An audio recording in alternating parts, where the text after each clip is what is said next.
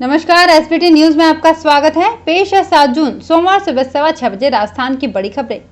मुख्यमंत्री अशोक गहलोत ने कहा कि राज्य सरकार संवेदनशील, पारदर्शी और जवाबदेह सुशासन की दिशा में तेजी से आगे बढ़ रही है। कोविड की चुनौती के बावजूद विकास कार्यों में कोई कमी नहीं आने दी है। हमने इस वित्तीय वर्ष के बजट में हर क्षेत्र और हर वर्ग के विकास को ध्यान में रखकर घोषणाएं की है। इन घोषणाओं को निर्धारित टाइमलाइन में पूरा करना हमारी सर्वोच्च प्राथमिकता है।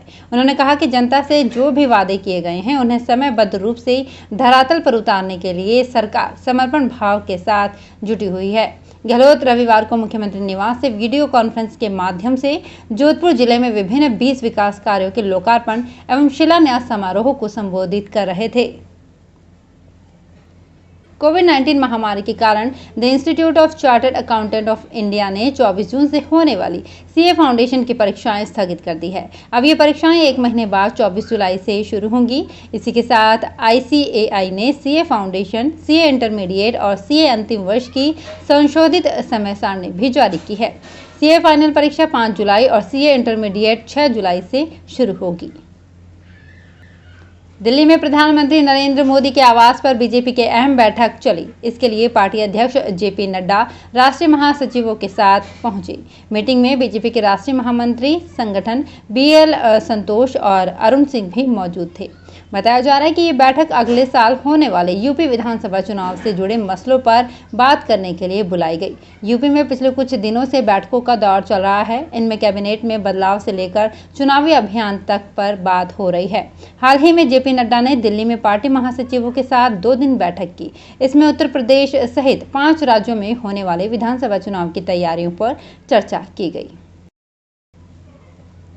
राजस्थान के सभी सरकारी कार्यालयों में आज 7 जून से 50% स्टाफ को कामकाज के लिए बुलाया जाएगा।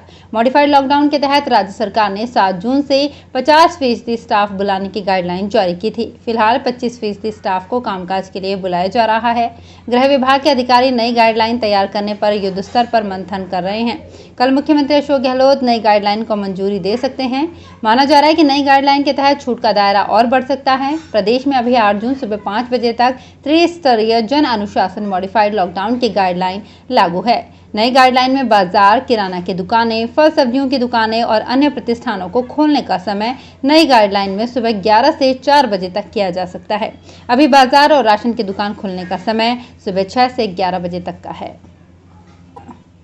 राजस्थान के स्वायत्त शासन मंत्री शांति धारीवाल ने नगर परिषद चुनाव के समय PCC उपाध्यक्ष हरि मोहन शर्मा से किया वादा निभाते हुए बूंदी को 135 करोड़ रुपए के विकास कार्यों की सौगात दी। नगर परिषद सभापति कक्ष में शनिवार को पत्रकार वार्ता को संबोधित करते हुए उपाध्यक्ष शर्मा ने कहा कि बूंदी नगर परिषद में वर्तमान बोर्ड जनता की आशाओं और अपेक्षाओं पर खरा उतरेगा। नगर परिषद चुनाव में कांग्रेस की ओर से जारी जन घोषणा पत्र के अनुरूप कार्य किया जाएगा। कोरोना की तीसरी लहर की आशंका को देखते हुए सरकार ने इसकी तैयारियां शुरू कर दी है। सरकार ने जिले में 50 बेड से अधिक के सामुदायिक स्वास्थ्य केंद्रों पर ऑक्सीजन जनरेशन प्लांट की स्वीकृति जारी कर दी है और जल्द काम शुरू हो जाएगा। इन केंद्रों पर 35 सिलेंडर की उत्पादन क्षमता वाला ये प्लांट स्थापित करने के लिए प्रति केंद्र 122.72 लाख स्वीकृत किए गए हैं। राजस्थान में एक बार फिर नया पश्चिमी विक्षोभ सक्रिय होने से पल पल मौसम का मिजाज बदला हुआ है। मौसम विभाग के मुताबिक नए पश्चिमी विक्षोभ के प्रभाव से हरियाणा और आसपास के क्षेत्र में एक परिसंचरण तंत्र बना हुआ है। इसके प्रभाव से सोमवार को पूर्वी राजस्थान में बारां, बूंदी, झालावाड़, कोटा और बांसवाड़ा जिलों में कहीं कहीं पर मेघ गर्जन, वज्रपात के साथ अचानक 30 से 40 किलोमीटर प्रति घंटे की रफ्तार से चलने की संभावना है। इसके बाद अगले 3 दिन तक प्रदेश में मौसम शुष्क रहेगा। इसके साथ ही तापमान में भी 2 से 3 डिग्री सेल्सियस की बढ़ोतरी होगी। शिक्षा मंत्रालय द्वारा रविवार को जारी प्रदर्शन श्रेणीकरण सूचकांक में 2019-20 में स्कूली शिक्षा के क्षेत्र में पंजाब, चंडीगढ़, तमिलनाडु, अंडमान और निकोबार द्वीप समूह तथा केरल को उच्चतम A++ श्रेणी मिली है। श्रेणीकरण सूचकांक 70 मानकों पर राज्यों के प्रदर्शन का विश्लेषण करता है।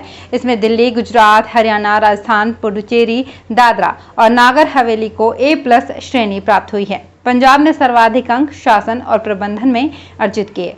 आधारभूत ढांचे और सुविधाओं के लिहाज से बिहार और मेघालय का प्रदर्शन सबसे कमतर रहा। राजस्थान भाजपा किसान मोर्चा की ओर से कोरोना काल के दौरान किसानों को हुए फल और सब्जियों के नुकसान एवं किसानों की बिजली बिल माफी करने की मांग को लेकर सोमवार को राज्यपाल को ज्ञापन दिया जाएगा।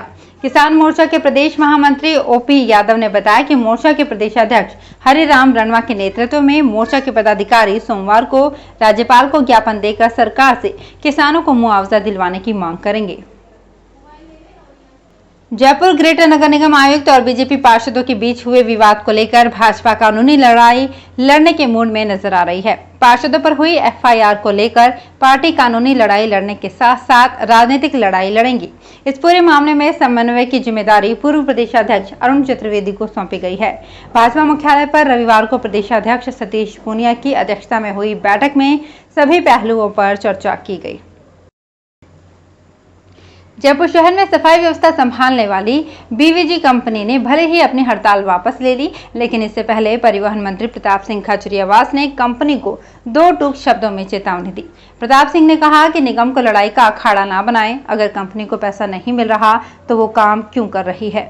मंत्री प्रताप सिंह ने खुलकर कहा कि बीवीजी कंपनी अगर कार्य में सहयोग ना करे तो जयपुर में विधानसभा क्षेत्र और वार्ड स्तर पर सफाई के ठेके करें। इसके लिए सरकार की पूरी तैयारी है। राजस्थान में कोरोना वायरस का प्रकोप कम होने के साथ ही अब ब्लैक फंगस चुनौती बन गया है। यहां करीब 2400 से ज्यादा केस सामने आ चुके हैं। इनमें अकेले 50% केस राजधानी जयपुर में सामने आए हैं। जयपुर में अब तक ब्लैक फंगस के संक्रमण के 1054 मामले सामने आए हैं। तो फिलहाल इस बुलेटिन में इतना ही। फिर हाजिर होंगे कुछ और बड़ी खबरों के साथ। एसबीटी न्यूज के और भी वीडियोस को देखने के लिए हमारे चैनल को सब्सक्राइब करें और नोटिफिकेशन पाने के लिए बेल आइकन को प्रेस करें।